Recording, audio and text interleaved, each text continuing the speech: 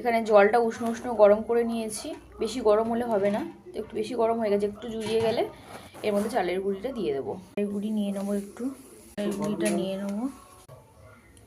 মিশ্রণটা মানে খুব গাঢ় হবে না, খুব পাতলা হবে না। এই যে এইভাবে গোলাটা করে নিয়েছি, যে বিউলির ডাল বাটা আছে এটা দিয়ে দেবো। তো দিয়ে আবার ভালো করে এটা মিক্সটা করে নিতে হবে। এভাবে একটু তেল এই যে বেগুনের বোটা দিয়ে এইভাবে ঘষে দেবো, কলা একটু দিয়ে দেবো, দিয়ে এইভাবে একটু ঘুরে নেবো।